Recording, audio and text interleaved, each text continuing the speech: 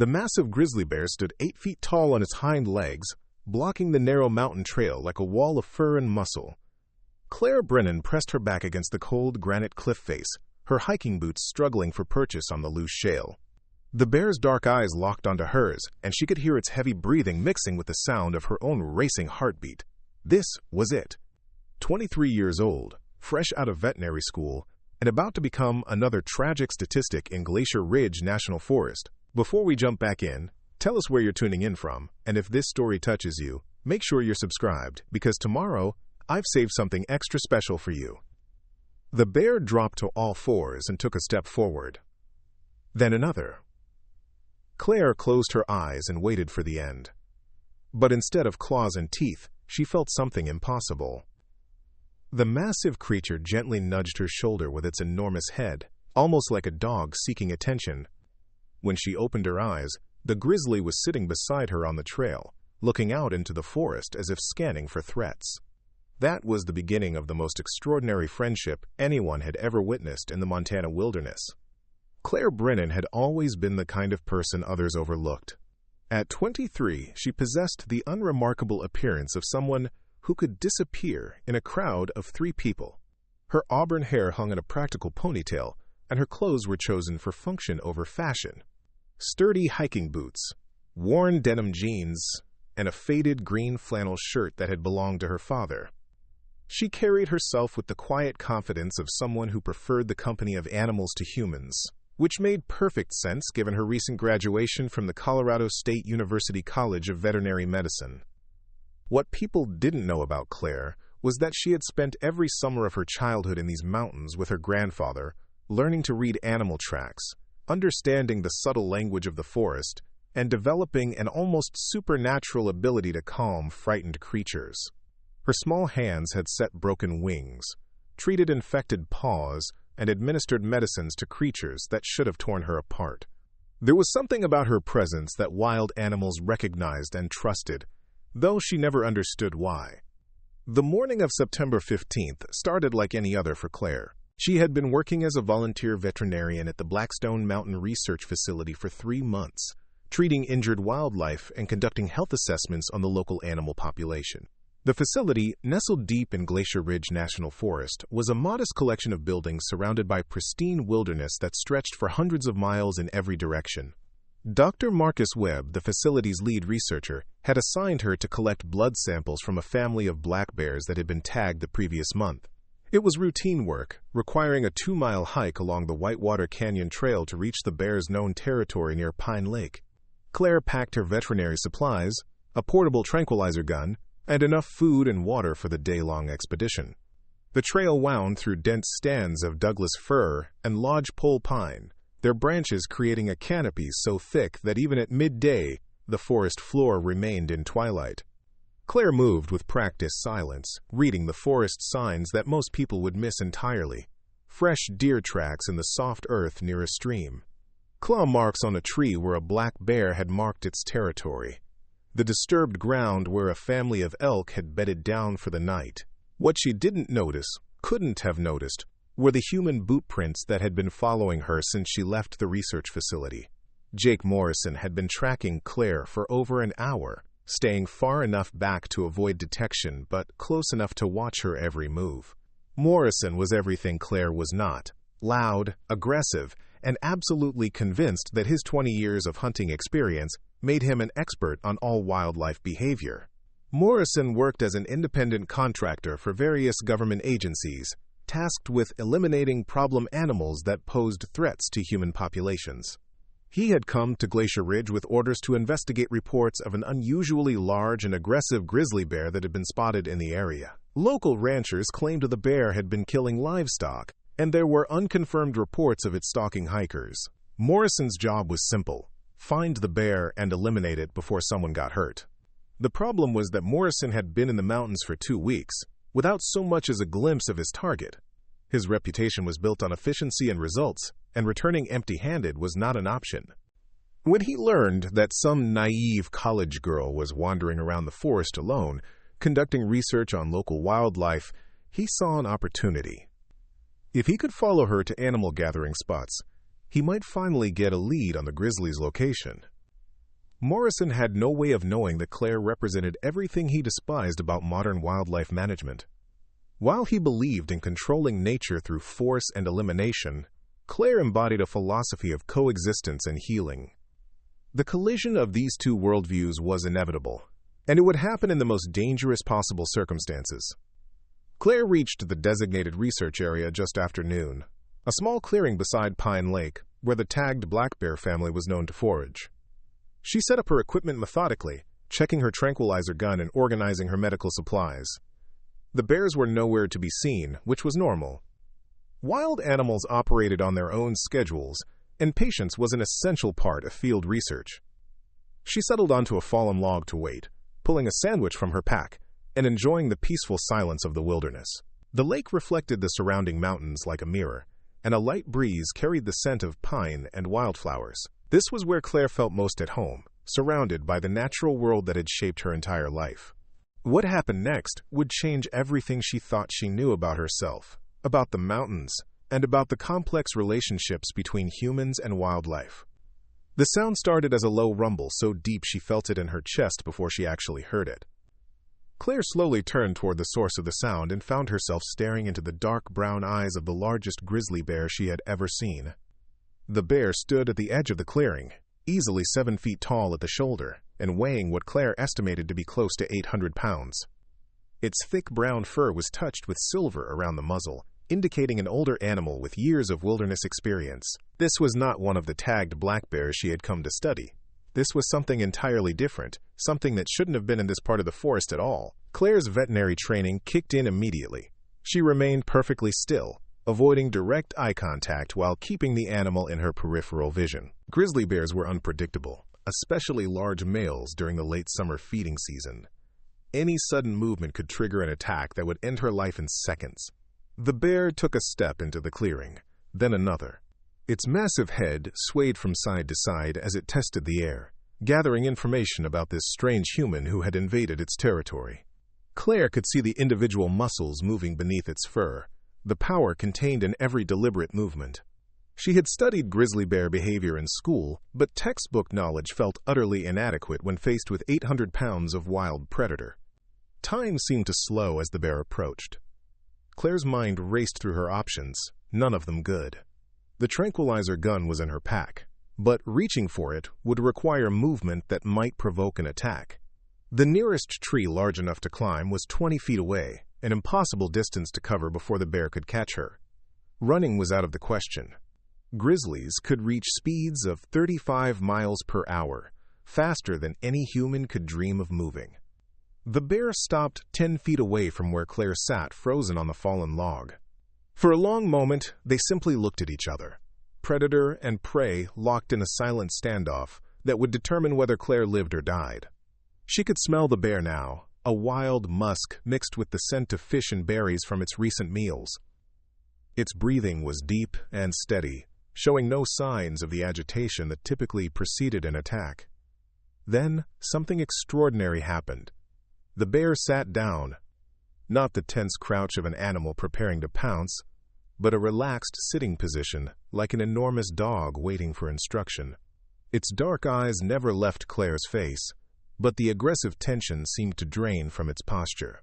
It tilted its massive head slightly to one side, as if curious about the small human who showed no fear. Claire felt her heartbeat begin to slow for the first time since the encounter began. In her years of working with animals, she had learned to recognize the subtle signs that indicated an animal's emotional state. This bear was not hunting. It was not territorial or aggressive.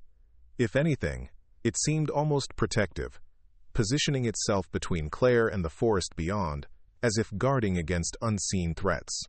What Claire didn't know was that 50 yards away, hidden behind a cluster of boulders, Jake Morrison was lining up the perfect shot. He had followed her to this clearing and watched the entire encounter unfold through his rifle scope.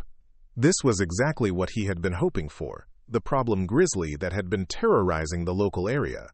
The fact that it was currently sitting peacefully next to some research girl was irrelevant. Morrison had his orders, and he was going to complete his mission. Preparing and narrating this story took us a lot of time, so if you are enjoying it, subscribe to our channel. It means a lot to us. Now back to the story. He adjusted his scope, accounting for wind and distance. One shot would eliminate the bear and make him look like a hero who had saved an innocent researcher from a deadly encounter. The story would write itself, and Morrison would return to his supervisors with proof of a job well done. His finger found the trigger, and he began the steady squeeze that would end the life of the magnificent creature sitting beside Pine Lake. But just as Morrison was about to fire, the bear's head snapped toward his hiding spot with startling speed. Those dark eyes seemed to look directly through the scope and into Morrison's soul. The bear rose to its feet with fluid grace, placing itself squarely between Claire and the hidden threat. A low growl rumbled from its massive chest, not directed at the woman behind it, but at the predator lurking in the rocks. Morrison's shot went wide, the bullet splintering bark from a pine tree 20 feet to the left of his target. The sound of the gunshot echoed across the lake like thunder, sending every bird in the area into panicked flight. Claire threw herself flat against the ground, her mind struggling to process what was happening. The bear, rather than fleeing from the gunshot, moved closer to her, its massive body creating a wall of protection. That was when Morrison made his second mistake. Frustrated by his missed shot and furious at being detected by a wild animal, he abandoned his concealed position and charged into the clearing with his rifle raised. He was screaming something about dangerous predators and naive college girls who didn't understand the real world. His plan was to get close enough for a guaranteed kill shot while positioning himself as Claire's savior. What he hadn't counted on was the speed and intelligence of his target. The grizzly bear that had been sitting peacefully beside Pine Lake transformed into 800 pounds of controlled fury. It didn't charge Morrison wildly, like an enraged animal. Instead, it moved with the calculated precision of a military strategist, placing itself between the armed human and the defenseless woman, while cutting off Morrison's angles of attack. Morrison fired again, this shot closer, but still missing its mark, as the bear seemed to anticipate his movements. The bullet gouged a furrow in the earth inches from the bear's front paws, but the massive creature never flinched. If anything, its resolve seemed to strengthen. It was no longer just protecting territory or food. It was protecting Claire. The standoff that followed would become the stuff of legend among the rangers and researchers who worked in Glacier Ridge National Forest. Morrison, armed with a high-powered rifle and years of hunting experience, found himself outmaneuvered by a wild animal that refused to behave according to any textbook he had ever read. The bear maintained its protective position while gradually forcing Morrison back toward the tree line, never attacking but making it clear that any threat to Claire would be met with overwhelming force. Claire, lying flat on the ground behind her unlikely protector, began to understand that she was witnessing something that shouldn't have been possible. This wasn't random animal behavior or coincidental positioning. The bear was making conscious decisions to protect her from a human threat, demonstrating a level of intelligence and emotional complexity that challenged everything she thought she knew about wildlife. The encounter ended when Morrison, realizing he was outmatched and exposed in an increasingly dangerous situation, retreated into the forest while shouting threats about returning with reinforcements. The bear watched him go with those intelligent dark eyes, remaining alert until the sound of crashing brush indicated that the threat had truly departed. Only then did the massive creature turn back to Claire, who was slowly rising to her feet. For the second time that day, human and bear looked directly at each other, but now the dynamic had completely changed. This was no longer a chance encounter between species.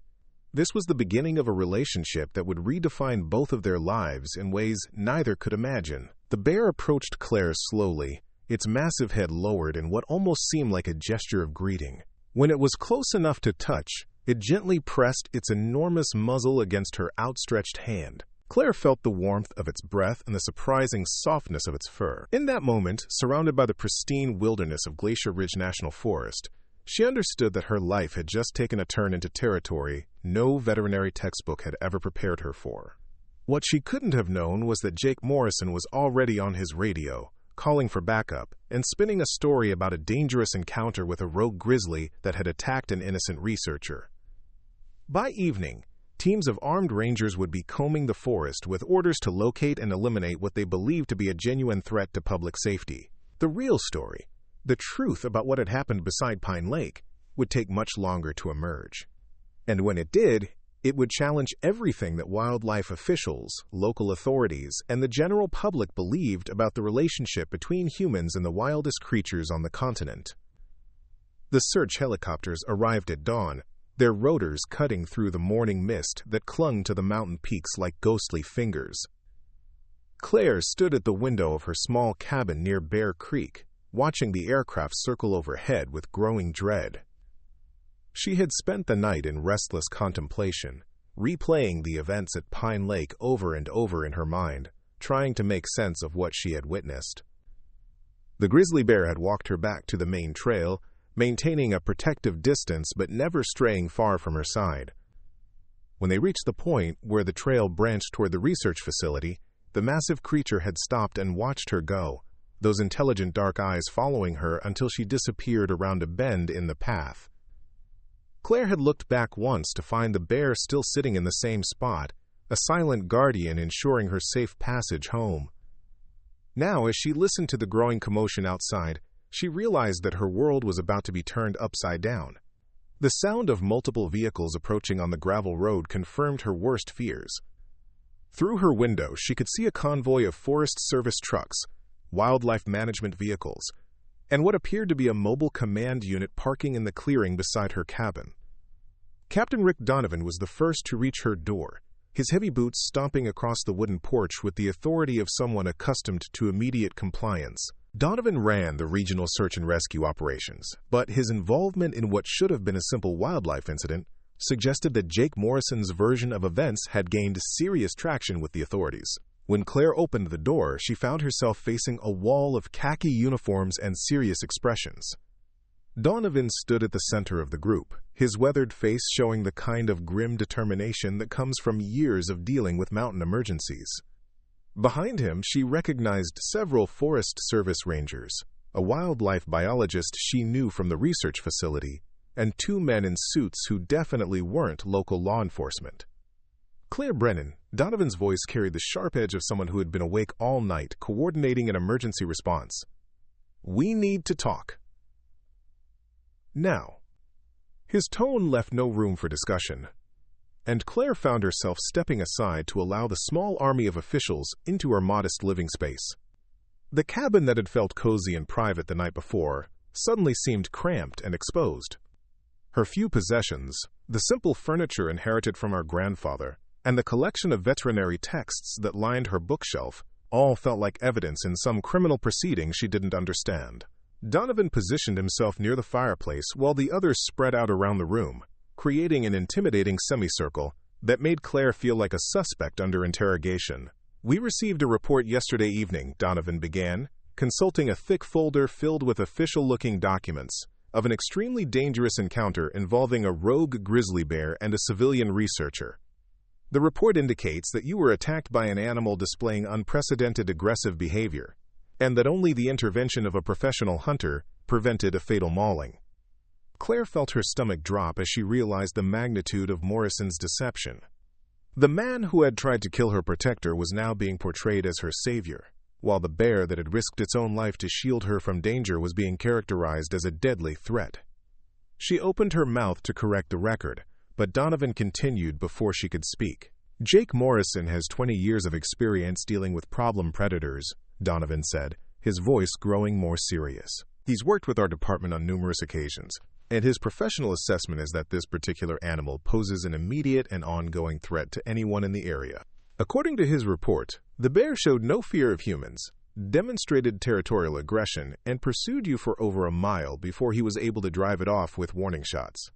Every word was a lie, but Claire could see from the faces around her that Morrison's reputation and experience carried enormous weight with these officials. They had already made up their minds about what had happened, and her version of events would sound like the delusional ramblings of someone who had been traumatized by a near-death experience. Deputy Chief Angela Ross stepped forward from the group, her federal wildlife enforcement badge catching the morning light streaming through the cabin's windows. Ross represented the kind of by-the-book authority that valued protocol over individual testimony, and her presence indicated that this situation had already escalated beyond local jurisdiction. "Miss Brennan," Ross said, her voice professionally neutral but carrying an underlying threat, "we understand that you may have developed some emotional attachment to local wildlife through your research work, Sometimes people in your field can lose perspective about the real dangers these animals represent. We're here to help you understand the seriousness of this situation. The condescension in Ross's tone was unmistakable. Claire realized that her gender, her age, and her relative inexperience were all being used to dismiss her potential testimony before she even had a chance to provide it. These officials had arrived with their minds already made up, and nothing she could say would change their predetermined course of action. Dr. Marcus Webb, her supervisor from the research facility, shifted uncomfortably near the cabin's small dining table. Webb was a good man who genuinely cared about wildlife conservation, but he was also someone who depended on government funding and official cooperation to continue his work. The conflict between his professional obligations and his personal knowledge of Claire's character was written clearly across his weathered features. Claire has always shown excellent judgment in her interactions with wildlife, Webb offered tentatively, clearly trying to advocate for her without directly contradicting the official narrative. She's been working with our tagged populations for months without any incidents or safety concerns. Donovan's response was swift and dismissive. Dr. Webb, with all due respect, your research involves controlled interactions with habituated animals. What we're dealing with here is a completely different situation. This bear has demonstrated predatory behavior toward humans, and Miss Brennan's inexperience may have prevented her from recognizing the danger she was in. The systematic dismissal of her competence continued as each official added their own professional assessment to the growing case against her credibility. Ranger Tom Sullivan, whom Claire had worked with on several wildlife health surveys, avoided making eye contact as he described the protocols for dealing with dangerous predators. His discomfort with the situation was obvious, but his career depended on supporting his superiors' decisions. The bear in question is significantly larger than typical grizzlies in this region, Sullivan explained, reading from what appeared to be Morrison's official report. Adult male grizzlies in Glacier Ridge typically weigh between 400 and 600 pounds. Morrison estimates this animal at over 800 pounds, which suggests either an abnormal individual or a bear that has been feeding on human-associated food sources. Claire wanted to scream that the bear's size had nothing to do with its behavior, that the massive creature had shown nothing but protective instincts during their encounter. But she could see that every word she might speak would be interpreted through the lens of their preconceived narrative. She was being cast as the naive victim who couldn't recognize her own brush with death. Professor Helen Torres, a renowned animal behaviorist who had been called in to provide expert analysis, delivered what felt like the final blow to Claire's credibility. Torres had built her reputation on studying predator behavior, and her academic credentials gave enormous weight to her professional opinions. Based on the documented behavior patterns Torres announced while consulting her tablet, this animal has likely lost its natural fear of humans through some form of conditioning. When wild predators begin to associate humans with food sources or territory, they can become extremely dangerous. The fact that it didn't immediately flee from human presence is a clear indicator of problematic behavioral conditioning. Every expert opinion, every professional assessment, every official conclusion pointed toward the same predetermined outcome. The bear that had saved Claire's life was going to be hunted down and killed, based on the lies of a man who had tried to murder it for sport. The magnitude of the injustice was overwhelming, but Claire found herself powerless to prevent it. The meeting continued for another hour, with officials discussing search protocols, equipment requirements, and coordination with neighboring jurisdictions. They talked about the bear as if it were already dead, debating the best locations for the kill and the most efficient methods for disposing of the carcass. Claire sat in her own living room, listening to the casual planning of her protector's execution. Linda Hayes, a reporter from the local television station, had been allowed to document the official response for public safety announcements. Hayes was the kind of ambitious journalist who saw every story as a potential career-making opportunity, and the narrative of a dangerous predator threatening innocent researchers was exactly the kind of sensational content that drove ratings. "This is exactly why we need professional wildlife management," Hayes said while her cameraman filmed the assembled officials. "Too many people think they can coexist with apex predators without understanding the real risks involved." This young woman is lucky that experienced hunters like Jake Morrison are willing to put themselves in danger to protect others. The transformation of Morrison from would-be poacher to heroic protector was complete. By evening, his version of events would be broadcast across 3 states, cementing the official narrative and making any future correction impossible. The bear that had shown remarkable intelligence and compassion would be remembered as a bloodthirsty monster, while the man who had tried to kill it would be celebrated as a guardian angel. As the officials prepared to leave, Donovan delivered what amounted to a direct threat, disguised as friendly advice. "Miss Brennan, I want you to understand that this situation is now under federal jurisdiction. Any interference with our operations, any attempt to impede the capture or elimination of this dangerous animal, will result in serious criminal charges. For your own safety and the safety of others, you need to stay away from the search area." The message was clear. If Claire tried to protect the bear that had protected her, she would be treated as an accomplice to whatever crimes they chose to attribute to the animal. Her career, her freedom, and her future would all be sacrificed to maintain the official version of events that justified their predetermined course of action. After the convoy of vehicles departed, Claire found herself alone in her cabin, with the weight of impossible choices pressing down on her shoulders. Through her window, she could see the search helicopters continuing their methodical sweeps of the forest, hunting for a creature whose only crime had been showing mercy to a human in need. The afternoon brought fresh horrors as Morrison returned to the area with a team of professional hunters and military-grade equipment. Claire watched from her hidden position near the tree line as they established a base camp complete with tracking technology, high-powered rifles, and what appeared to be enough firepower to stop a small army. This wasn't a wildlife management operation. It was an execution squad. Morrison moved through the camp like a celebrity, regaling his team and various officials with increasingly elaborate versions of his heroic intervention. With each telling, the bear became more vicious, Claire became more helpless, and his own actions became more courageous. The lie was growing into legend right before her eyes. That evening, as darkness settled over the mountains, Claire made a decision that would define the rest of her life. She couldn't stop the hunt through official channels, couldn't convince authorities who had already decided on their version of the truth. But she could try to warn the creature that had saved her, could attempt to guide it away from the areas where Morrison's team would be searching. She packed a small backpack with supplies and headed into the forest, following trails she had learned from her grandfather decades earlier. The woods were different at night, filled with sounds and movements that remained hidden during daylight hours. But Claire had spent enough time in these mountains to navigate by starlight and memory, moving through the wilderness like a ghost seeking redemption. What she found near Pine Lake changed everything she thought she understood about the situation. The grizzly bear was there, exactly where she had expected, but it wasn't alone. 3 smaller bears, clearly cubs from the previous spring, huddled close to the massive adult as it maintained a protective watch over the area where Claire had been threatened. The truth hit her like a physical blow. This wasn't a rogue male driven to aggression by conditioning or territorial instincts. This was a mother bear protecting her family, and Claire had inadvertently stumbled into the middle of a situation that could have turned deadly for everyone involved.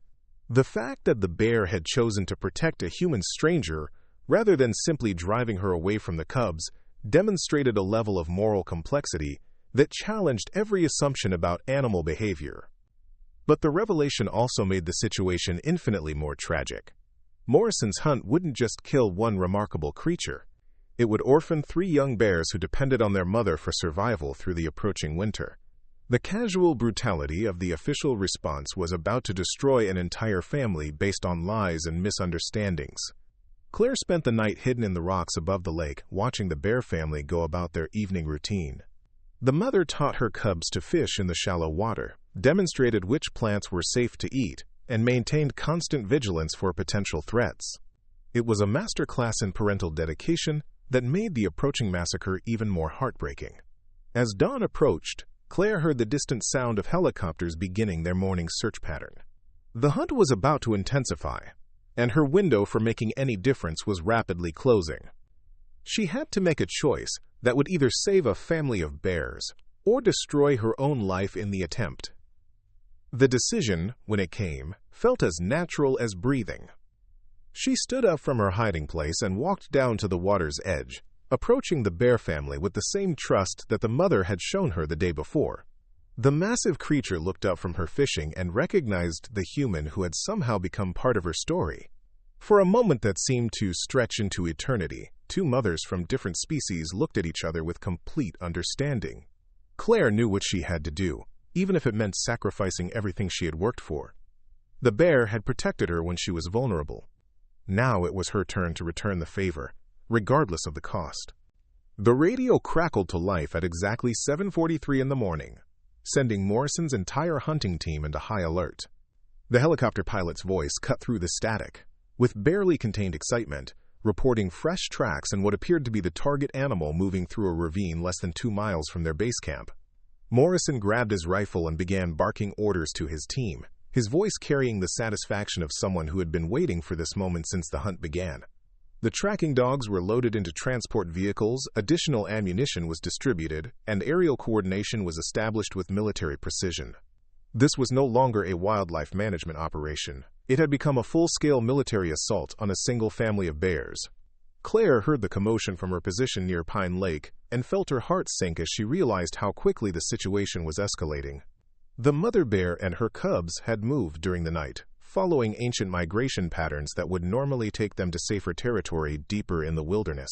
But Morrison's team had anticipated this movement, setting up observation posts and tracking stations that turned the entire forest into a trap. The helicopters converged on the ravine with the ruthless efficiency of predators closing in on wounded prey. Through her binoculars, Claire could see armed personnel being deployed at strategic points, while tracking dogs were released to follow the scent trail. The bear family was being systematically surrounded by overwhelming force, with no escape route that wouldn't lead them directly into the line of fire. Morrison's voice echoed across the ravine through a military-grade loudspeaker, presumably directed at any other personnel who might be in the area. "This is a federal wildlife management operation," he announced with obvious satisfaction. "All civilian personnel must evacuate the area immediately for their own safety. Any interference with this operation will result in immediate arrest and federal charges." The warning was clearly meant for Claire, though Morrison had no way of knowing her exact location. The message was unmistakable: stay away or face the full force of federal law enforcement in addition to whatever unofficial retribution Morrison might devise. Claire understood that she was witnessing the final moments before an execution that would be justified as necessary public safety. The radio chatter between hunt team members revealed the casual brutality of their approach. Spotters reported the exact location of each bear, discussing optimal shooting angles and ammunition selection, with the detached professionalism of people who had reduced living creatures to tactical problems. The cubs were referred to as secondary targets, disposable obstacles that needed to be eliminated to complete the primary mission. Dr. Marcus Webb's voice suddenly cut through the radio communications, clearly distressed and trying to inject some scientific reason into the increasingly militaristic operation. "Captain Donovan," he transmitted from his position at the command post, "I'm concerned that we may be dealing with a family group rather than a solitary aggressive male. The behavioral patterns we're observing don't match the profile of a dangerous predator." Morrison's response was swift and dismissive. "Dr. Webb, with all due respect, you're not qualified to make tactical assessments in a situation like this. We have visual confirmation of the target animal, and we're proceeding according to established protocols. Please maintain radio silence unless you have critical safety information." The systematic dismissal of scientific expertise in favor of Morrison's supposed tactical knowledge was exactly what Claire had expected, but hearing it play out in real time made the injustice even more infuriating.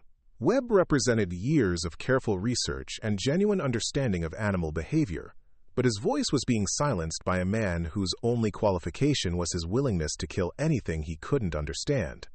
The hunt reached its climax when the lead helicopter reported visual contact with the target animal. The pilot's voice carried barely restrained excitement as he described the massive grizzly bear positioned on a rocky outcropping above the ravine, clearly visible through the aircraft's high-powered scopes. Morrison ordered all ground teams to hold their positions while he prepared for the killing shot from the helicopter. What happened next would be debated by wildlife experts and law enforcement officials for years to come.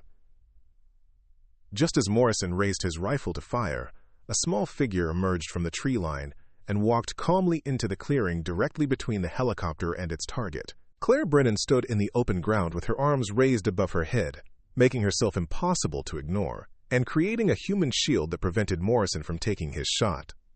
The helicopter pilot's voice exploded over the radio in confusion and alarm. "We have a civilian in the target zone. Repeat, we have an unauthorized civilian directly in the line of fire." The operation immediately ground to a halt as the implications of Claire's action rippled through the entire command structure. Morrison's furious voice dominated the radio frequency as he demanded that ground teams move in to remove the civilian obstruction.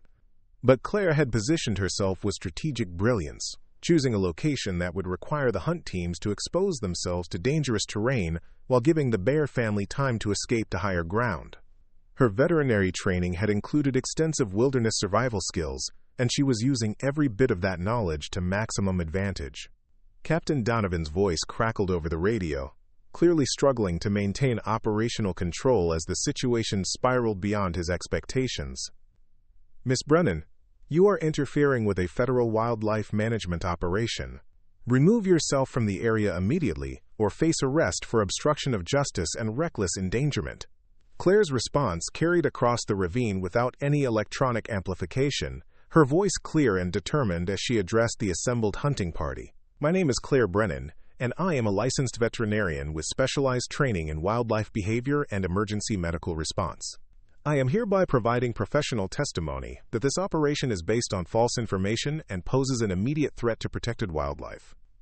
The words hung in the mountain air like a challenge thrown down before an army. Morrison's carefully constructed narrative was being publicly contradicted by someone with professional credentials and first-hand knowledge of the actual events. The hunt that had been justified as necessary public safety was suddenly being reframed as an illegal assault on innocent animals.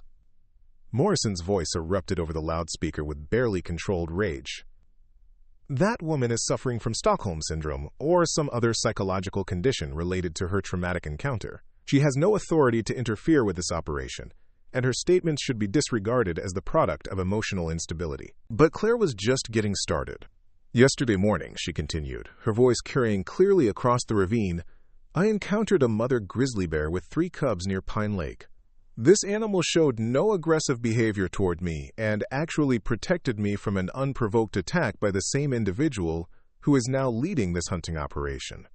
The radio channels erupted in confused chatter as the implications of Claire's statement sank in. If her version of events was accurate, then the entire justification for the hunt was based on fabricated evidence. Morrison had not saved her from a dangerous predator. He had been the predator, and the bear had been her protector. Deputy Chief Ross's voice cut through the confusion with the authority of federal law enforcement. "Miss Brennan, you are making serious accusations against a federal contractor. Do you have evidence to support these claims?" Claire reached into her backpack and pulled out a small digital camera, holding it above her head where the helicopter cameras could clearly document its presence. "I have photographic evidence of yesterday's entire encounter, including clear documentation of Mr. Morrison's unprovoked attack on both myself and the bear. This evidence will demonstrate that his official report contains multiple false statements. The silence that followed was deafening. In the span of 30 seconds, Claire had transformed from a traumatized victim to a credible witness with documentary evidence. Morrison's reputation, the entire operation, and the careers of everyone involved suddenly hung in the balance of whatever was recorded on that small device. Morrison's voice returned to the radio, but now it carried a desperate edge that hadn't been there before. "She's lying," he transmitted, though his words lacked the confident authority that had characterized his earlier communications. "The woman is clearly unstable, and any supposed evidence has probably been fabricated or misinterpreted." But Claire had anticipated this response. She held the camera high above her head and pressed a button that activated its wireless transmission capability. "I am now uploading these images and video files to my secure cloud storage account," she announced. "This evidence will be preserved regardless of what happens to me or this device." The tactical situation had completely reversed. Morrison, who had begun the day as the heroic hunter tracking a dangerous predator, now found himself potentially exposed as someone who had fabricated evidence to justify killing innocent animals. The bear family that had been surrounded and targeted for execution was no longer the primary concern. Claire Brennan had become the most important person in the entire operation. Captain Donovan's voice carried new urgency as he tried to regain control of the deteriorating situation. "All units maintain positions and stand by for further instructions. We need to secure the civilian and examine any evidence before proceeding with the operation." Claire could see the bear family moving along the ridgeline above the ravine, the mother keeping her cubs close while maintaining visual contact with the human who had risked everything to protect them. The massive creature seemed to understand that some fundamental shift had occurred, that the immediate threat had been neutralized by an act of almost incomprehensible courage. The helicopter carrying Morrison began to descend toward the clearing where Claire stood, its rotor wash creating a small tornado of dust and debris. She could see Morrison through the aircraft's windows, his face twisted with rage and frustration as he realized that his carefully planned hunt had been destroyed by a single act of defiance. As the helicopter touched down, Claire made one final transmission that would echo through wildlife management circles for decades to come. To anyone listening to this frequency, she called out over the noise of the rotors, "I want the record to show that the bear you came here to kill saved my life yesterday. She protected me from a human predator, and now I'm returning the favor. Sometimes the most dangerous animals in the forest walk on two legs." Morrison emerged from the helicopter, with his rifle still in hand, his face flushed with embarrassment and anger. The man who had spent his career positioning himself as an expert on dangerous predators was being publicly humiliated by a young veterinarian who had just demonstrated more courage than he had ever possessed. The confrontation that followed would become legendary among the rangers and researchers who worked in Glacier Ridge National Forest. Morrison, surrounded by federal agents and military personnel, found himself facing a small woman who had just dismantled his entire operation with nothing more than truth and moral courage. The predator had become the prey, and everyone present understood that the real hunt was just beginning. The evidence Claire had captured told a story so dramatically different from Morrison's official report that the federal investigators who reviewed it initially suspected the files had been tampered with. The high-resolution images and video footage documented every moment of the encounter at Pine Lake, creating an undeniable record of what had actually transpired between human and bear. Deputy Chief Ross sat in the command trailer that had been hastily converted into an evidence review center, staring at a laptop screen that displayed Claire's footage with the intensity of someone trying to solve a complex puzzle. The first images showed the grizzly bear approaching Claire's position with obvious caution, its body language displaying none of the aggressive posturing that would indicate predatory intent. Dr. Marcus Webb, who had been called in to provide professional analysis of the animal behavior documented in the footage, paused the video at a crucial moment. "Look at the bear's ear position and facial expression," he explained to the assembled investigators. "This is a curious animal, possibly a mother assessing a potential threat to her cubs, but there's no indication of aggressive intent. The relaxed jaw, the forward ear orientation, even the approach angle, all suggest investigative behavior rather than predatory stalking." The video continued, showing the bear settling into a sitting position near Claire's location. Professor Helen Torres, the animal behaviorist who had earlier supported Morrison's assessment, watched the footage with growing amazement. In 30 years of studying grizzly bear behavior, Torres had never seen documentation of such a peaceful interspecies encounter. The bear wasn't just tolerating human presence, it was actively choosing to remain near a potential threat, suggesting a level of social intelligence that challenged fundamental assumptions about predator behavior. But it was the footage of Morrison's attack that transformed the entire investigation. The camera had captured clear images of the hunter emerging from concealment, with his rifle raised, his aggressive approach toward Claire's position, and the bear's immediate response to protect the human it had been peacefully observing. The audio track included Morrison's shouted threats and his multiple gunshots, creating an undeniable record of unprovoked violence. Captain Donovan watched the footage with the growing realization that his department had been manipulated into providing support for what amounted to an attempted poaching operation. Morrison had used his reputation and connections to gain official backing for a personal hunting expedition, fabricating evidence of dangerous animal behavior to justify killing a remarkable creature for trophy purposes. The most devastating revelation came when investigators discovered Morrison's background contained multiple incidents of falsified reports and questionable hunting practices. A deeper investigation revealed a pattern of behavior stretching back over a decade, in which Morrison had consistently exaggerated threats and manipulated official responses to gain access to restricted hunting opportunities. Ross found herself facing the uncomfortable task of explaining to her superiors how a federal wildlife management operation had been compromised by a contractor with a history of ethical violations. The bureaucratic implications were staggering, involving multiple agencies and jurisdictions that had all been drawn into Morrison's elaborate deception. Meanwhile, Claire found herself at the center of a media storm that completely reversed the original narrative. Linda Hayes, the local reporter who had initially celebrated Morrison's heroic intervention, now found herself documenting one of the most remarkable wildlife stories in recent memory. The footage of Claire standing between armed hunters and a family of bears captured the public imagination in ways that standard conservation messaging never could. The bear family, which had been scheduled for execution based on fabricated evidence, suddenly became symbols of the complex relationships possible between humans and wildlife.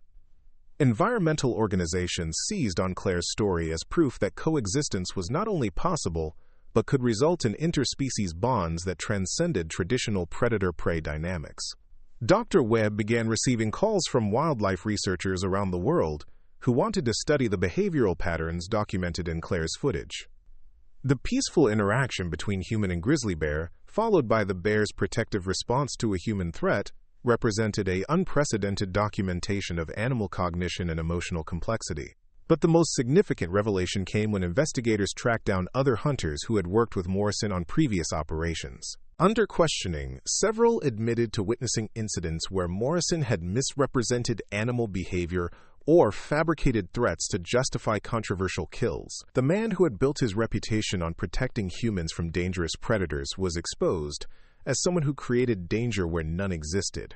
The investigation expanded to include Morrison's financial records, revealing a profitable side business selling hunting experiences to wealthy clients who wanted access to restricted areas and protected species. The federal wildlife management operation had been cover for what amounted to an illegal outfitting business that exploited official resources for private profit. Claire's veterinary credentials, which had initially been dismissed as irrelevant to the situation, suddenly became central to the investigation. Her professional training in animal behavior assessment provided the foundation for expert testimony that demolished Morrison's claims about aggressive predator behavior.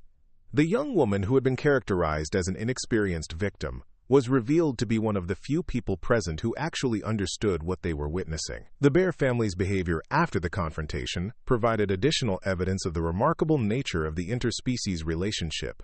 Rangers using telephoto lenses documented the mother bear bringing her cubs to a vantage point where they could observe Claire's cabin from a safe distance. The animals appeared to be maintaining protective surveillance over the human who had risked her life to save them. Professor Torres, whose initial assessment had supported the hunt, found herself completely revising her understanding of grizzly bears' social intelligence. The documented behavior suggested that the bears were capable of recognizing individual humans, assessing their intentions, and making complex decisions about trust and protection that went far beyond simple conditioning or food association. The transformation of Morrison from hero to villain played out in real time as the investigation's findings became public. News outlets that had initially praised his quick action to protect an innocent researcher now faced the embarrassing task of retracting their stories and explaining how they had been deceived by fabricated evidence. Morrison himself attempted to maintain his innocence even as the documentary evidence mounted against him. He claimed that Claire's footage had been edited to misrepresent his actions, that the bear's protective behavior was coincidental, and that his years of professional experience should carry more weight than the testimony of a recent veterinary school graduate. But the lies were becoming impossible to maintain. Federal investigators discovered that Morrison's official report contained details about the encounter that directly contradicted his own radio communications during the hunt. His story had changed multiple times as he adapted to new information, creating a web of inconsistencies that eventually collapsed under scrutiny. The legal implications extended far beyond Morrison's individual actions. The federal agencies that had supported the hunt based on his fabricated reports faced serious questions about their oversight procedures and verification protocols. How had a contractor with a questionable background been allowed to initiate a major wildlife management operation without independent confirmation of the alleged threat? Claire found herself testifying before congressional committees investigating the broader implications of the case. Her detailed knowledge of wildlife behavior, combined with her documentary evidence, made her an invaluable witness in efforts to reform federal wildlife management procedures and contractor oversight protocols. The bear family continued to thrive in their mountain habitat, now under the protection of enhanced monitoring and research programs.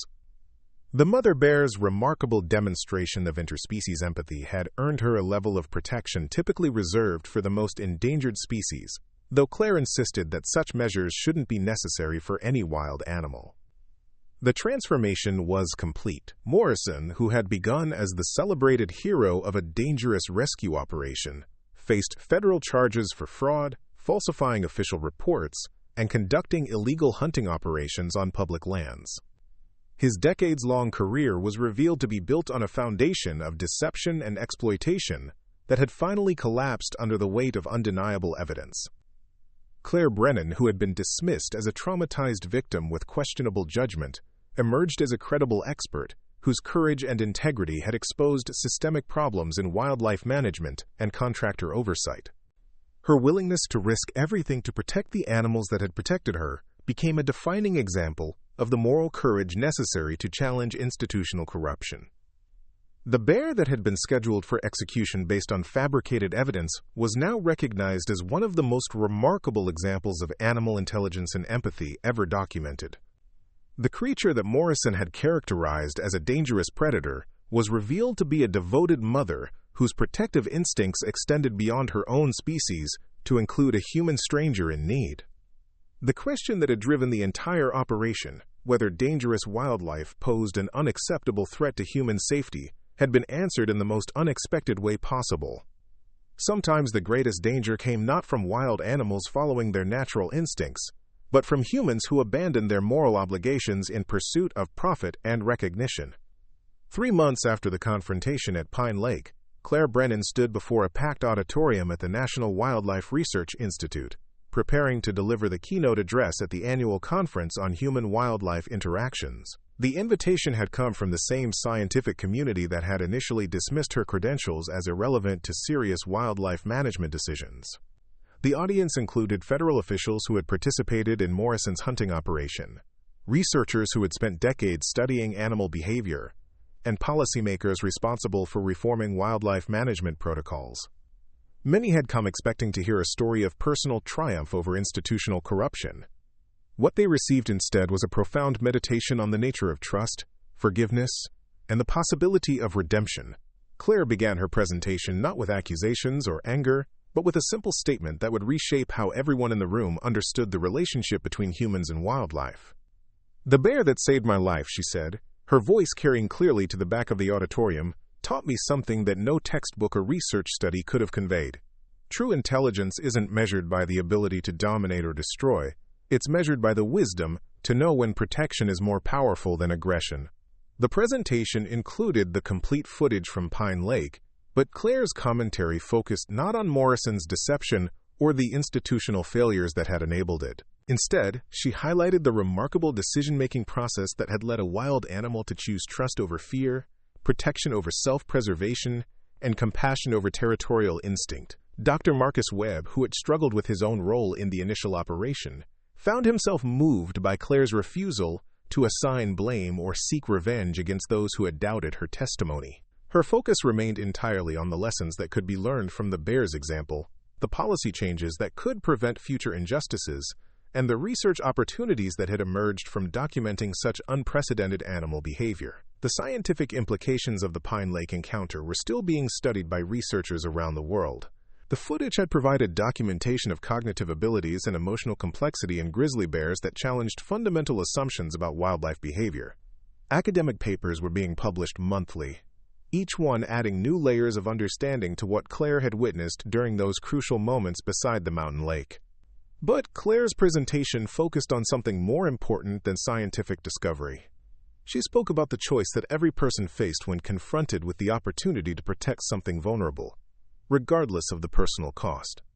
The bear had made that choice instinctively, responding to a threat against a member of a different species with the same protective instincts she would have shown toward her own cubs.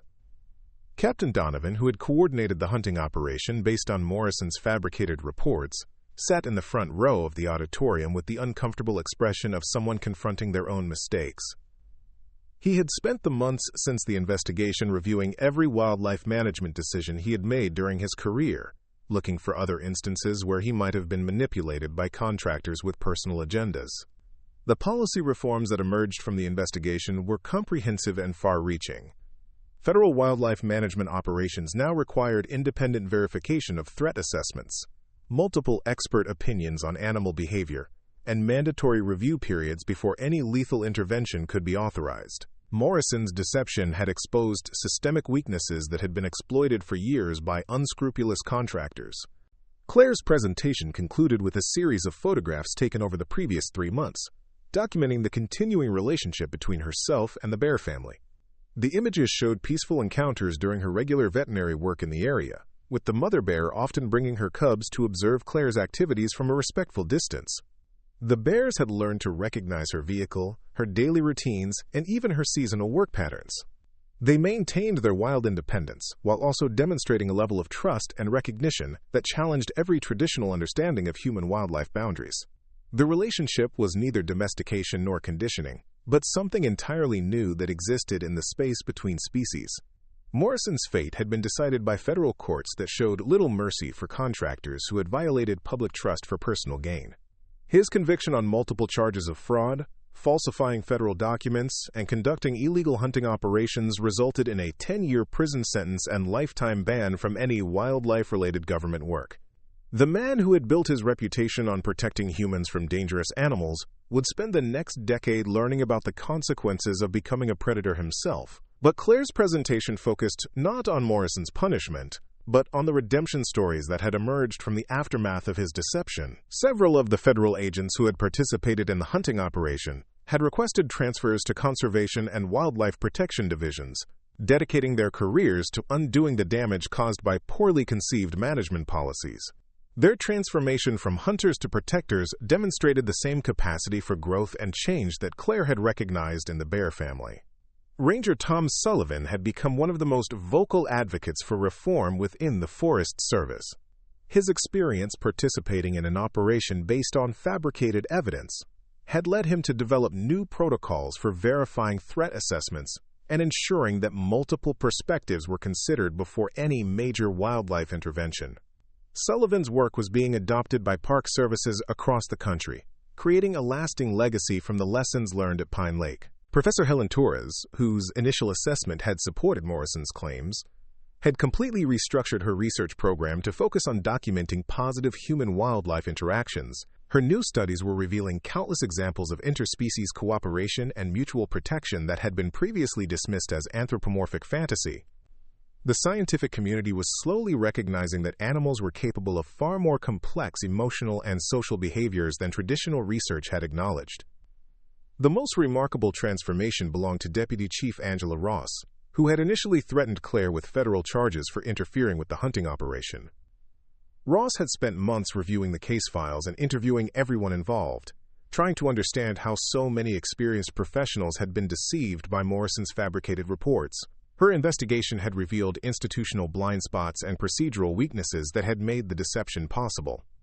Ross had requested a meeting with Claire 6 weeks after the congressional hearings, arriving at the small cabin near Bear Creek with the obvious discomfort of someone preparing to acknowledge serious mistakes. The conversation that followed would influence federal wildlife policy for the next generation. As Ross listened to Claire's detailed account of how the bear's behavior could have been properly assessed if anyone had bothered to seek expert veterinary opinion, the meeting had lasted 4 hours, with Ross taking detailed notes on every aspect of Claire's recommendations for improving wildlife management protocols. By the end of their conversation, the federal official who had once dismissed Claire as an inexperienced victim had become one of her strongest advocates within the government bureaucracy. Ross's influence was instrumental in implementing the policy reforms that emerged from the investigation. Dr. Webb had used the publicity from the case to secure funding for a comprehensive study of human-wildlife interactions in Glacier Ridge National Forest. The research program, which Claire helped design, was documenting dozens of previously unknown examples of cooperation and mutual recognition between humans and wild animals. The forest that had been seen as a dangerous wilderness requiring aggressive management was being revealed as a complex ecosystem, where peaceful coexistence was not only possible but naturally occurring. The bear family had become the centerpiece of this research, though Claire insisted that their privacy and wild independence be protected at all costs. The observations were conducted from respectful distances, using telephoto lenses and remote monitoring equipment, ensuring that the animals' natural behaviors were not influenced by human presence. The data being collected was revolutionizing scientific understanding of grizzly bear intelligence and social structure. The mother bear's protective relationship with Claire had continued to evolve in ways that surprised even the most experienced wildlife researchers. The massive creature had learned to distinguish between Claire's vehicle and other human transportation, showing alert interest when Claire arrived in the area while maintaining careful distance from other researchers and park personnel. This demonstrated a level of individual recognition and memory that challenged assumptions about how wild animals processed human identity. More remarkably, the bear had begun bringing her cubs to locations where they could safely observe Claire's veterinary work with other animals. The young bears were learning to associate human presence with healing and protection rather than threat and danger. This early conditioning was creating a generation of wildlife that understood the possibility of positive human interaction while maintaining their essential wildness. Claire's veterinary practice had expanded to include wildlife rehabilitation work throughout the region, funded by conservation organizations that recognized the value of her unique approach to human-animal relationships. Her ability to calm frightened creatures and gain the trust of injured wildlife had become legendary among rescue organizations, though Claire herself remained focused on the practical work rather than the publicity. The cabin near Bear Creek had been transformed into an informal wildlife medical center, equipped with facilities for treating everything from injured birds to wounded deer. Claire's grandfather's simple mountain retreat had become a place where wild creatures could receive medical care from someone who understood their essential nature and respected their need to remain free. The Bear family had appointed themselves as unofficial guardians of this operation, maintaining a protective presence whenever Claire was treating other animals. Their behavior suggested that they understood the healing work being conducted and considered themselves stakeholders in its success. Research footage showed the bears positioning themselves to monitor approaching wildlife, as if screening potential patients for threat levels. This protective behavior extended to Claire's interactions with other humans as well. Park rangers and researchers who visited the cabin reported feeling as though they were being observed and evaluated by unseen watchers in the surrounding forest. Those who approached with respectful intentions found their visits peaceful and productive. Those who arrived with aggressive attitudes or disruptive behavior often discovered that their vehicles had been investigated by large animals with impressive claw marks, though no actual damage was ever inflicted. The psychological impact of the bear's continued protection had been profound for Claire, who had struggled with trust issues following Morrison's attack.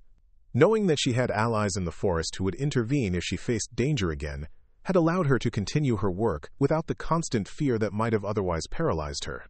The bear's friendship had provided a form of emotional healing that no human counselor could have offered.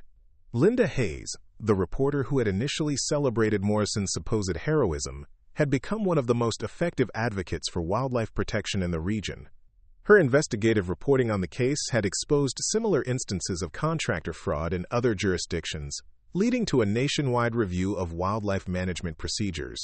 Hayes had transformed from someone who sensationalized human-animal conflict into a journalist who understood the complexity and beauty of interspecies relationships.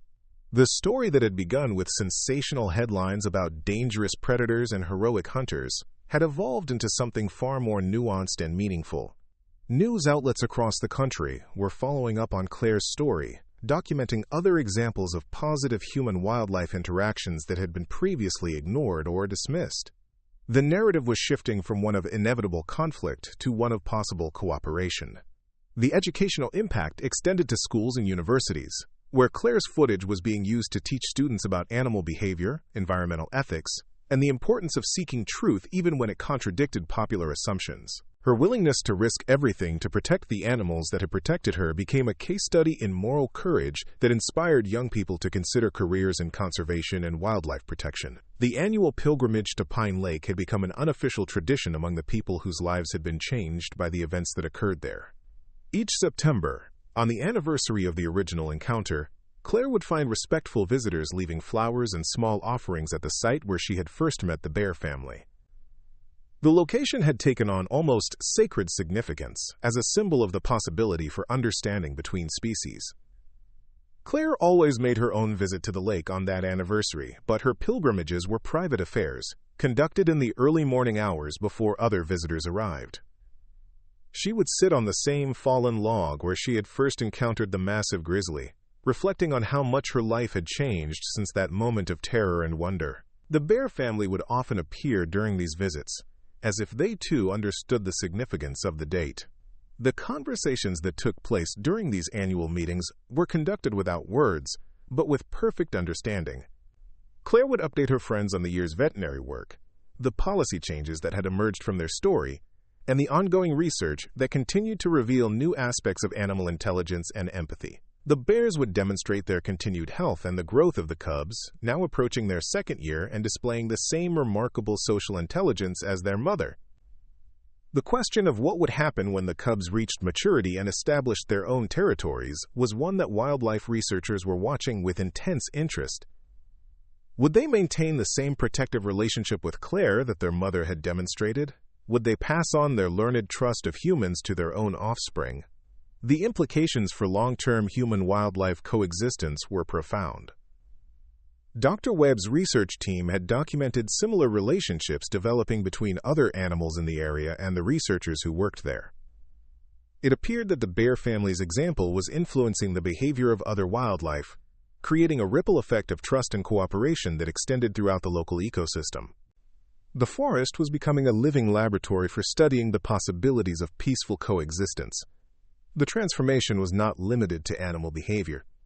The human community surrounding Glacier Ridge National Forest had also changed in response to Claire's story. Local businesses had shifted from promoting hunting and wildlife elimination to supporting ecotourism and wildlife observation. The economic benefits of protecting and celebrating wildlife were proving to be more sustainable than the short-term profits from hunting and resource extraction. Morrison's former associates in the wildlife management industry had faced their own reckonings, as investigations revealed the extent of contractor fraud and misrepresentation throughout the system. Many had chosen to redirect their careers toward legitimate conservation work, using their knowledge of animal behavior to support protection rather than elimination. The culture of the industry was slowly shifting from one of dominance to one of stewardship. The legal precedents established by Morrison's prosecution had made it much more difficult for future contractors to manipulate the system for personal gain. Federal agencies now required independent verification of all threat assessments, mandatory cooling-off periods before lethal interventions, and regular audits of contractor performance and reporting accuracy. The reforms were preventing similar deceptions from occurring in other jurisdictions. Claire's testimony before congressional committees had led to increased funding for wildlife research and conservation programs, as lawmakers recognized the value of understanding animal behavior rather than simply responding to perceived threats with violence. The budget allocations reflected a fundamental shift in how government officials understood the relationship between human safety and wildlife protection. The international scientific community had embraced Claire's documentation as evidence of animal capabilities that had been theorized but never conclusively demonstrated. Research facilities around the world were studying the Pine Lake footage, using it as a foundation for new investigations into animal cognition, emotional complexity, and interspecies communication. The bear's behavior was being analyzed by experts in psychology, ethology, and evolutionary biology. The mother bear herself seemed to understand the significance of her role in these developments. Her behavior during research observations showed a level of cooperation and patience that suggested she recognized the importance of allowing humans to document and study her interactions with Claire. The animal that Morrison had characterized as a dangerous predator was actively participating in scientific research that would benefit wildlife protection efforts worldwide. The cubs were developing their own unique relationships with the research process, showing curiosity about camera equipment and monitoring devices while maintaining appropriate wariness of unfamiliar humans. Their behavior suggested that they were learning to distinguish between different types of human activity, recognizing research work as non-threatening while remaining alert to potential dangers. Claire's influence on wildlife management policy extended far beyond the specific reforms that had emerged from her case. Her approach to animal-human relationships was being studied and adopted by conservation organizations worldwide, creating new models for wildlife protection that emphasized understanding and cooperation rather than control and elimination. The veterinarian who had risked everything to protect a bear family had become an inadvertent leader in a global movement toward more compassionate wildlife management. The personal cost of Claire's courage had been significant but temporary. Her willingness to challenge institutional authority and risk her career for the sake of protecting innocent animals, had initially made her a controversial figure within the wildlife management community. But as the truth of Morrison's deception became undeniable, Claire's reputation had been completely rehabilitated, as she was now recognized as one of the leading experts on human-wildlife interactions. The psychological healing that had occurred over the months since the confrontation was perhaps the most important aspect of the entire story. Claire had overcome the trauma of Morrison's attack not through therapy or medication, but through the ongoing friendship and protection of the animals she had saved. The bear family's continued presence in her life provided daily evidence that her courage had been worthwhile, and that trust between species was not only possible, but naturally occurring. The seasonal patterns of the bear family's behavior had become part of Claire's own annual rhythm. Spring brought the excitement of watching the cubs explore new territory and develop their individual personalities. Summer involved collaborative foraging expeditions where the bears would guide Claire to locations where injured animals needed medical attention. Fall meant preparation for winter, with the bears ensuring that Claire's cabin was secure and that her supply routes remained clear of potential threats. Winter provided the most profound demonstrations of the relationship's depth, as the bear family would emerge from their normal hibernation patterns to check on Claire during severe weather events. Their concern for her welfare during dangerous conditions proved that their protective instincts were not merely seasonal or opportunistic, but represented a genuine emotional bond that transcended species boundaries. The story that had begun with terror and confusion had evolved into something that challenged fundamental assumptions about the nature of intelligence, compassion, and moral courage. The bear that had been scheduled for execution based on fabricated evidence was now recognized as one of the most remarkable examples of animal wisdom and empathy ever documented. Morrison's lies had been exposed, his career destroyed, and his reputation permanently tarnished, while Claire's courage had established new paradigms for understanding the possibilities of peaceful coexistence between humans and wildlife. The question that lingered in the mountain air, the question that would influence wildlife policy for generations to come, was whether humans were capable of learning from the bear's example. Could a species that had built its civilization on dominating and controlling nature find the wisdom to choose protection over destruction, understanding over fear, and cooperation over conflict? The answer to that question would determine not only the future of wildlife protection, but the moral evolution of humanity itself. Claire Brennan had found her answer beside a mountain lake, in the dark eyes of a creature that had chosen to trust rather than attack, to protect rather than retreat, and to demonstrate that true strength came not from the power to destroy, but from the courage to preserve what was precious and vulnerable. The bear's lesson was simple and profound. Sometimes the most dangerous predators walk on two legs, and sometimes the greatest heroes have fur and claws and hearts large enough to love across the boundaries of species. The mountains of Glacier Ridge National Forest held many secrets, but none more important than the truth that had emerged from the events at Pine Lake. In a world that often seemed divided by fear and mistrust, a young veterinarian and an ancient grizzly bear had demonstrated that understanding and compassion could bridge any gap, overcome any prejudice, and create bonds that enriched both participants beyond measure. Their friendship was proof that courage and kindness were not uniquely human virtues, and that the capacity for heroism existed wherever there were hearts brave enough to choose love over fear. The documentary crew from National Geographic arrived at Claire's cabin on a crisp October morning, their equipment trucks winding carefully along the narrow mountain road that led to Bear Creek. Director Sarah Martinez had spent months negotiating access to film Claire and the Bear family, understanding that their story represented something unprecedented in wildlife cinematography. This wasn't going to be another Predator documentary filled with dramatic music and manufactured tension. This was an intimate portrait of friendship that transcended species boundaries.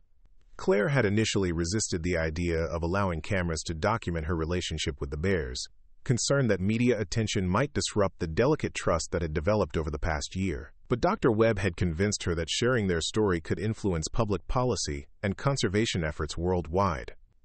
The footage from Pine Lake had already changed how scientists understood animal behavior. A professionally produced documentary could change how the general public thought about wildlife. Martinez had built her reputation on films that challenged conventional wisdom about animal behavior, but even she was unprepared for what she witnessed during the first day of filming. The Bear family approached the film crew with curious caution. clearly recognizing that something unusual was happening but showing no signs of the fear or aggression that typically characterized wildlife encounters with large groups of humans.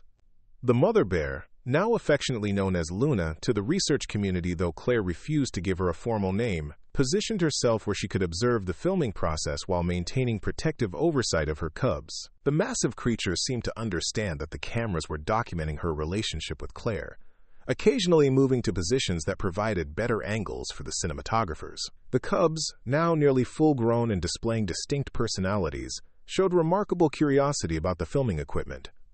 The larger of the two, whom researchers had designated as male cub alpha, demonstrated problem-solving abilities that astounded the film crew when he figured out how to operate a remote camera trigger that had been left within his reach.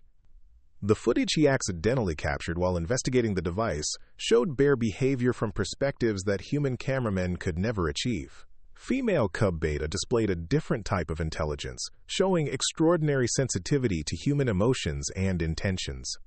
When one of the sound technicians became frustrated with equipment malfunctions, the young bear approached slowly and gently touched his shoulder with her paw, a gesture of comfort that left the veteran documentary professional in tears.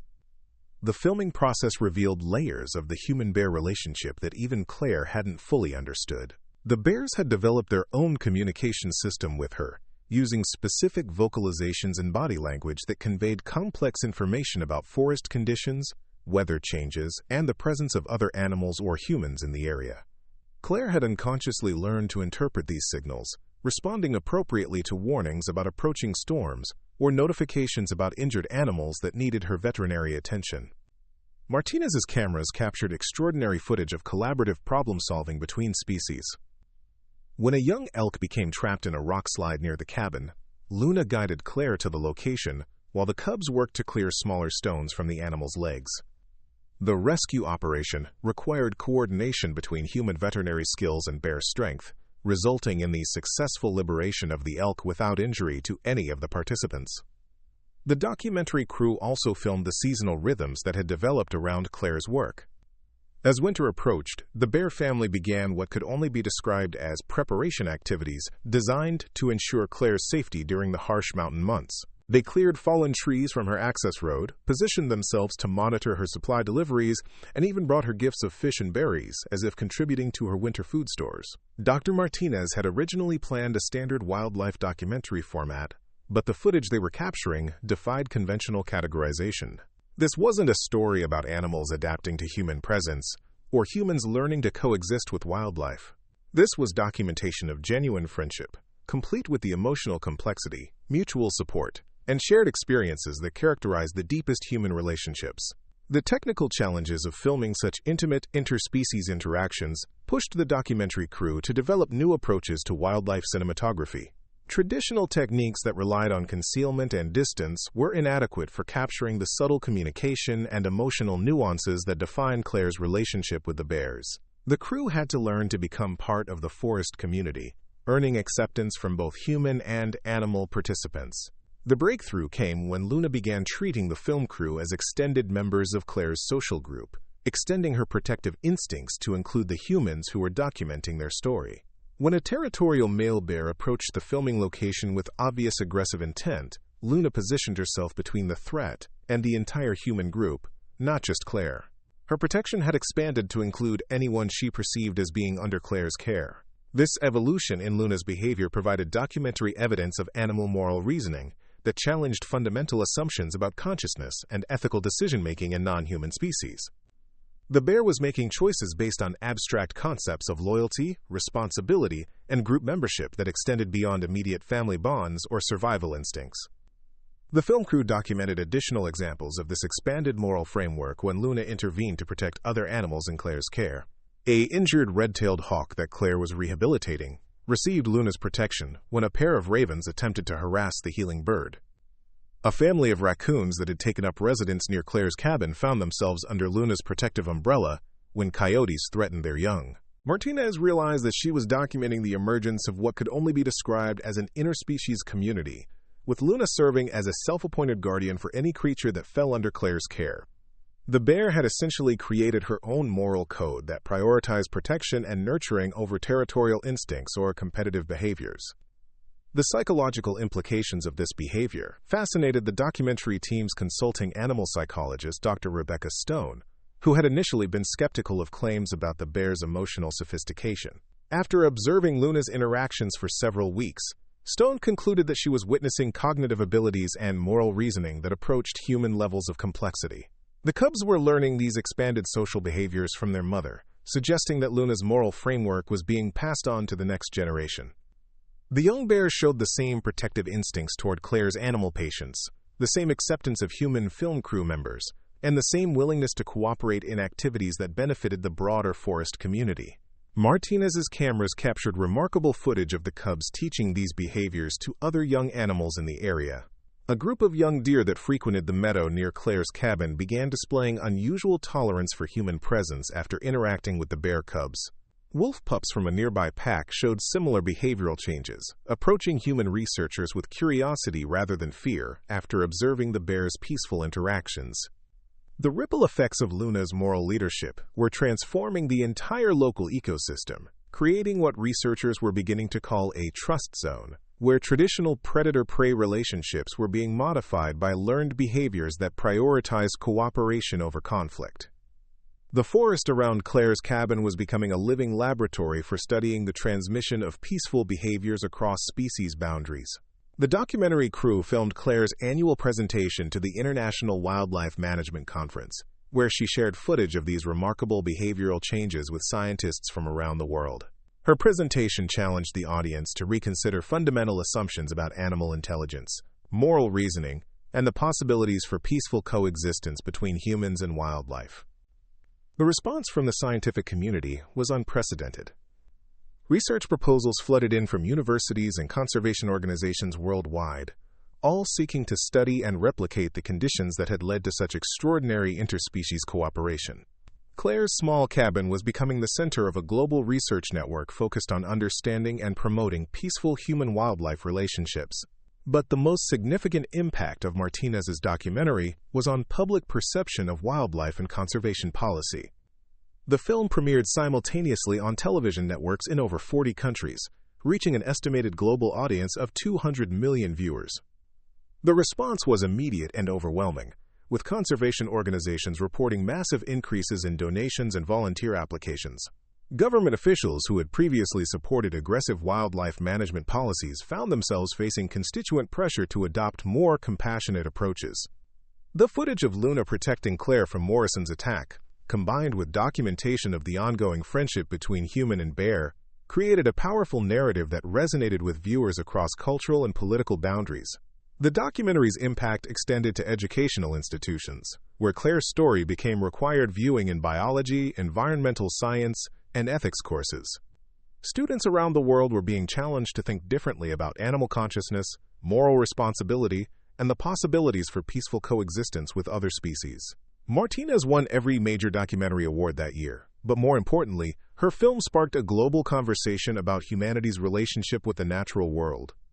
The story of a young veterinarian and a protective bear family had become a symbol of hope for a future where humans and wildlife could coexist as friends rather than adversaries. The success of the documentary brought unwanted attention to Claire's quiet mountain refuge. Tourists began arriving in increasing numbers, hoping to catch a glimpse of the famous bear family or to meet the woman who had risked everything to protect them. Claire was forced to establish strict protocols for visitors, ensuring that the bear's privacy and wild independence were protected from exploitation. Luna seemed to understand the challenges that fame had brought to their relationship. The intelligent bear began leading her family to more remote areas during peak tourist seasons, returning to interact with Claire only when the human crowds had diminished. This demonstrated a level of social awareness and adaptability that further impressed researchers studying their behavior. The economic impact on the local community was substantial and positive. The small town of Riverside Township, which had previously depended on logging and hunting for economic stability, transformed itself into an ecotourism destination. Local businesses retrained their employees to serve wildlife observers rather than hunters, creating sustainable economic opportunities that depended on protecting rather than exploiting natural resources. Former hunting guides became wildlife photography instructors, taxidermists retrained as nature artists, Gun shops diversified into outdoor equipment stores specializing in camping and wildlife observation gear. The economic transformation demonstrated that conservation could provide more sustainable prosperity than resource extraction or wildlife elimination. Claire established the Luna Foundation, named after the bear who had started it all, to support wildlife rehabilitation and research programs worldwide. The Foundation's mission was to promote understanding and peaceful coexistence between humans and wildlife through education, research, and direct conservation action. The Foundation's first major project was establishing wildlife rehabilitation centers in regions where human-animal conflict was common. These centers were staffed by veterinarians and researchers trained in Claire's methods, focusing on healing injured wildlife while studying the possibilities for developing trust-based relationships between species. Luna herself seemed to understand the broader significance of her story. During the Foundation's inaugural ceremony, held in the meadow near Claire's cabin, the massive bear made a rare public appearance, allowing herself to be photographed with conservation leaders from around the world. Her dignified presence at the event sent a powerful message about the possibilities for cooperation between humans and wildlife. The Foundation's research grants supported studies of human-wildlife relationships in dozens of countries, documenting examples of interspecies cooperation and friendship that had previously been dismissed as anthropomorphic fantasy. Scientists were discovering that Luna's behavior was not unique, but represented a broader capacity for cross-species empathy and moral reasoning that existed throughout the animal kingdom. Claire's influence on wildlife policy extended to international treaties and conservation agreements. Her testimony before the United Nations Environmental Council led to new protocols for wildlife management that required exhaustive, non-lethal alternatives before any elimination measures could be considered. Countries around the world were adopting the Luna Protocols, named after the bear whose story had changed everything. The bear family continued to thrive in their mountain habitat, now protected by international conservation agreements and monitored by researchers from universities worldwide. Luna's cubs had reached full maturity and established their own territories, but they maintained the social behaviors and interspecies cooperation that their mother had taught them. The male cub, now called Guardian by researchers, though Claire still refused to name him, had become the protective leader of a coalition of bears that maintained peaceful relationships with human researchers throughout the region. His territory included several wildlife rehabilitation centers, and he had appointed himself as their unofficial protector. The female cub, known as Healer to the research community, had developed an extraordinary ability to locate injured animals and guide human veterinarians to their locations. Her collaboration with Claire and other wildlife medical professionals had saved hundreds of animals and provided unprecedented opportunities to study animal cognition and communication. Luna herself had become something approaching a diplomat between the human and bear communities, facilitating peaceful resolutions to conflicts that arose when development pressures threatened traditional wildlife habitats. Her presence at tense negotiations between conservationists and developers often provided the moral authority needed to reach mutually beneficial agreements. The transformation was complete but ongoing. What had begun as a chance encounter between a young veterinarian and a protective mother bear had evolved into a global movement for peaceful coexistence between humans and wildlife. Morrison's lies had been exposed and punished, institutional reforms had been implemented, and new paradigms for conservation had been established. But the most important legacy of Luna's story was the proof it provided that trust, friendship, and moral courage were not uniquely human virtues. Animals were capable of the same ethical reasoning, emotional depth, and commitment to protecting the vulnerable that characterized humanity at its best. The bear who had been scheduled for execution based on fabricated evidence had instead become a teacher, showing humans how to be better versions of themselves. Claire continued her veterinary work in the mountains, now supported by an international network of researchers and conservationists inspired by her example. Every injured animal she treated, every peaceful encounter she facilitated, and every student she taught carried forward the lessons that Luna had first demonstrated beside Pine Lake. The question that had driven Morrison's hunt, whether dangerous wildlife posed an unacceptable threat to human safety, had been answered definitively. The greatest threats came not from animals following their natural instincts, but from humans who abandoned their moral obligations in pursuit of profit, recognition, or the exercise of power over the vulnerable. Luna had shown that true strength came from protection rather than domination, from understanding rather than fear, and from the courage to choose love over violence even when faced with those who would choose differently. The mountains of Glacier Ridge National Forest continued to hold their secrets, but the most important truth had been revealed for all the world to see. In the friendship between a woman and a bear, humanity had discovered a reflection of its own highest possibilities and a roadmap for creating a world where compassion transcended the boundaries between species. 20 years had passed since that autumn morning when Claire Brennan first looked into Luna's dark eyes beside Pine Lake.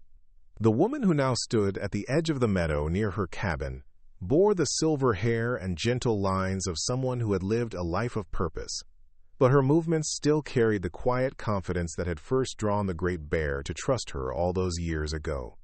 Luna was gone now, having passed peacefully in her sleep 3 winters earlier at the extraordinary age of 38. Nearly twice the typical lifespan of wild grizzly bears. Claire had found her old friend curled beneath their favorite pine tree, her massive form finally at rest, after decades of protecting, nurturing, and teaching both human and animal communities about the power of interspecies love. The memorial service for Luna had drawn wildlife researchers, conservationists, and government officials from 6 continents, all gathering to honor a bear whose moral courage had reshaped humanity's understanding of animal consciousness and ethical behavior. But for Claire, the most meaningful tribute had been the presence of Luna's descendants, now numbering in the dozens, who had maintained the peaceful traditions their matriarch had established. Guardian, Luna's son, now led a coalition of bears that protected wildlife rehabilitation centers across 3 states. His territory encompassed nearly 200 square miles of pristine wilderness, and his presence provided safety for countless smaller animals who had learned to seek refuge in the zones under his protection. The massive bear, now silver-muzzled like his mother had been, carried himself with the same dignified authority that Luna had possessed. Healer, Luna's daughter, had become legendary among veterinary researchers for her ability to diagnose illness and injury in other animals with accuracy that rivaled modern medical equipment. She worked in partnership with a network of wildlife veterinarians, guiding them to animals in need and assisting with treatments that would have been impossible without her keen senses and intuitive understanding of animal physiology. The 3rd generation of Luna's lineage was now reaching maturity, and each young bear displayed the same remarkable social intelligence and interspecies empathy that had made their grandmother famous. The genetic and cultural transmission of these traits had become a major focus of evolutionary biology research, as scientists studied how learned behaviors could become hereditary characteristics passed down through generations. Claire's cabin had evolved into something resembling a small campus, with additional buildings, housing research facilities, veterinary equipment, and accommodations for the steady stream of students and researchers who came to study the Luna legacy. The simple mountain retreat had become the headquarters for a global network of conservation programs that had saved thousands of animal lives and transformed wildlife management practices worldwide. The Luna Foundation had grown beyond anyone's original expectations, with chapters operating on every continent and funding conservation projects that reached from the Arctic tundra to tropical rainforests.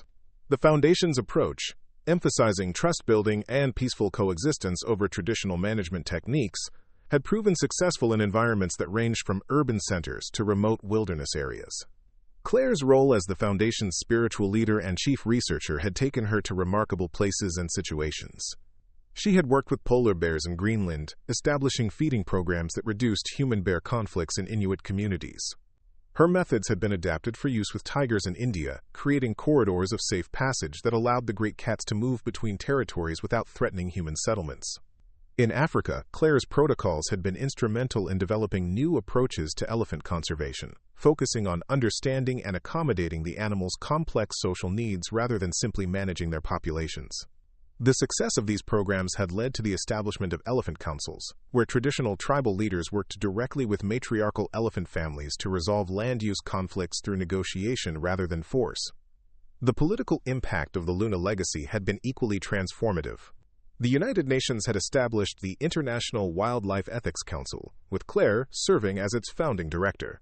This body reviewed proposed wildlife management policies worldwide, ensuring that lethal interventions were considered only after exhaustive exploration of peaceful alternatives. Morrison's conviction, and the institutional reforms that followed, had prevented countless similar tragedies in other jurisdictions. The federal contractor oversight system had been completely restructured, with independent verification requirements and ethical review processes that made it nearly impossible for future contractors to manipulate the system for personal gain. The man himself had served his full sentence and disappeared from public view, reportedly living in isolation somewhere in the Southwest. Occasionally, conservation organizations received anonymous donations accompanied by letters expressing regret for past actions and support for wildlife protection efforts. Claire suspected these contributions came from Morrison, but she never attempted to verify their source, believing that redemption required privacy and dignity for all involved. Captain Donovan had retired from federal service to become an instructor at the National Wildlife Management Academy, where he taught courses on ethical decision-making and the importance of seeking multiple perspectives before implementing wildlife interventions. His classes were required training for all federal wildlife personnel, ensuring that future generations of managers would understand the moral complexity of their responsibilities. Deputy Chief Ross had risen to become director of the U.S. Fish and Wildlife Service, using her position to implement LUNA protocols throughout the federal wildlife management system. Under her leadership, lethal wildlife interventions had decreased by over 90%, while successful human-wildlife coexistence programs had expanded to cover millions of acres of previously contested territory. Dr. Webb had established the Pine Lake Research Institute on the site where Claire and Luna first met, creating a permanent facility for studying interspecies relationships and developing new approaches to conservation biology. The institute's work had produced hundreds of research papers and trained thousands of conservationists who carried Luna's lessons to projects around the world. Professor Torres had written the definitive academic study of Luna's cognitive abilities and moral reasoning, a work that had become required reading in animal psychology programs worldwide. Her research had conclusively demonstrated that animals possessed ethical frameworks and decision-making capabilities that paralleled human moral reasoning in complexity and sophistication. The ripple effects of Luna's story continued to expand in ways that no one could have predicted. Children's books featuring Luna and Claire had inspired a generation of young people to pursue careers in conservation and animal welfare. Theme parks had replaced their captive animal displays with virtual reality experiences that allowed visitors to interact safely with digital representations of wild animals, reducing demand for entertainment that exploited real creatures. The entertainment industry had undergone a significant transformation, with films and television programs featuring genuine animal actors being replaced by computer-generated alternatives that were indistinguishable from real animals but caused no harm to living creatures. The technology had been developed specifically in response to public demand for ethical entertainment options following the global impact of Luna's documentary. Educational institutions had restructured their curricula to include mandatory courses on interspecies ethics and conservation biology, ensuring that students in all fields understood their responsibilities toward the natural world. Medical schools required students to complete rotations at wildlife rehabilitation centers, teaching future doctors to consider the health of entire ecosystems rather than focusing solely on human patients. The economic impact of the Luna legacy had proven that conservation could be more profitable than exploitation. Ecotourism had become one of the world's largest industries, generating trillions of dollars in revenue while creating economic incentives for protecting rather than destroying natural habitats. Communities that had once depended on hunting and resource extraction had discovered that living animals and intact ecosystems provided more sustainable prosperity than dead ones. Agricultural practices had been revolutionized by applications of Luna's lessons about cooperation and mutual benefit. Farmers had learned to work with, rather than against, natural predator-prey relationships, creating agricultural systems that maintained ecological balance while producing abundant food. The use of pesticides and other harmful chemicals had declined dramatically as farmers discovered that natural systems could provide more effective pest control when properly understood and supported. Urban planning had been similarly transformed, with cities around the world creating wildlife corridors and habitat areas that allowed wild animals to coexist peacefully with human populations. These urban wilderness areas had improved air and water quality, while providing recreational opportunities for city dwellers and safe passage for migrating animals. The technological innovations inspired by Luna's story had revolutionized conservation biology. Non-invasive monitoring systems allowed researchers to study animal behavior without disturbing natural processes. Translation software was being developed to interpret animal communication patterns, potentially allowing direct dialogue between humans and other species. Habitat restoration techniques had become so sophisticated that damaged ecosystems could be returned to full functionality within decades rather than centuries. Claire's personal journey had been equally remarkable. The young veterinarian who had risked everything to protect a bear family had become one of the most influential conservationists in human history. Her methods were being taught in universities worldwide, her foundation had protected millions of acres of wildlife habitat, and her example had inspired countless others to choose courage over convenience when faced with moral challenges. But for Claire, the greatest reward remained the simple pleasure of her daily walks through the forest around her cabin, often accompanied by guardian, healer, or their offspring. These quiet moments, away from the cameras and conferences and global recognition, reminded her of why she had made her choice beside Pine Lake all those years ago. The forest itself had become a living testament to Luna's legacy. Species that had been on the brink of extinction when Claire first arrived were now thriving under the protection of the Bear Coalition and their human partners. The ecosystem had achieved a balance that combined natural selection with conscious cooperation, creating conditions where both human and animal communities could flourish without conflict. As Claire walked the familiar trails on this anniversary morning, she carried with her a small wooden box containing some of Luna's fur, collected during their final grooming session together. She planned to scatter these precious remnants at their favorite meeting place beside Pine Lake, completing a circle that had begun with fear and evolved into love. The path to the lake was lined with wildflowers that bloomed in patterns Luna had loved, planted by researchers and visitors who wanted to honor the great bear's memory. Each species had been chosen for its importance to local wildlife, creating a corridor of natural beauty that served both memorial and ecological purposes. At the lake's edge, Claire found Guardian waiting for her, his massive form silhouetted against the morning mist that rose from the water's surface. The great bear approached slowly, touching her shoulder gently with his enormous paw in the same gesture of comfort his mother had used to console grieving researchers 20 years earlier. Together, they stood in silence beside the water where everything had begun, two old friends sharing memories of the remarkable creature who had taught them both about the power of love to transcend the boundaries between species. Claire opened the wooden box and scattered Luna's fur across the lake's surface, watching as the gentle breeze carried the precious remnants toward the far shore. As the last of Luna's fur disappeared into the morning mist, Claire felt a profound sense of completion. The bear who had saved her life had given humanity something far more valuable than personal protection. Luna had provided proof that animals possessed the same capacity for moral courage, selfless love, and ethical reasoning that defined humanity at its best. The story that had begun with terror and confusion had evolved into hope and understanding. Morrison's lies had been exposed and justice served, but more importantly, the truth about animal consciousness and interspecies cooperation had been revealed for all the world to embrace. Luna's legacy would continue through her descendants, through the institutions she had inspired, and through the countless humans who had learned from her example. Claire turned away from the lake and began her walk back to the cabin, knowing that Guardian would follow at a respectful distance, maintaining the protective watch that his family had kept for 2 decades. The mountain forest stretched endlessly around them, filled with creatures who had learned to trust rather than fear, to cooperate rather than compete, and to choose love over violence when faced with the unknown. The question that had haunted Morrison's original hunt, whether humans and dangerous wildlife could coexist safely, had been answered definitively. The greatest dangers had never come from animals following their natural instincts, but from humans who abandoned their moral obligations in pursuit of power, profit, or the desire to dominate what they couldn't understand. Luna had shown the world a different path, one where strength was measured by the capacity to protect rather than destroy, where intelligence was demonstrated through cooperation rather than conquest, and where true courage meant choosing vulnerability and trust over fear and aggression. Her legacy would endure in the hearts of everyone who had learned that the most profound relationships often develop between the most unlikely friends.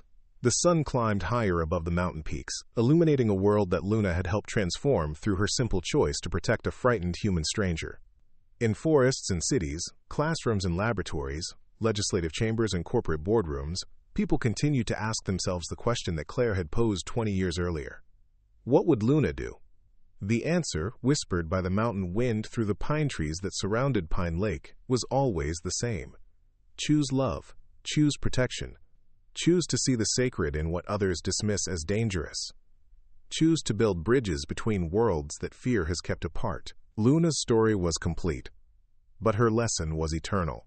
In a universe that often seemed divided by differences, a woman and a bear had proven that understanding could overcome any barrier, that friendship could transcend any boundary, and that courage could transform any heart brave enough to choose trust over fear.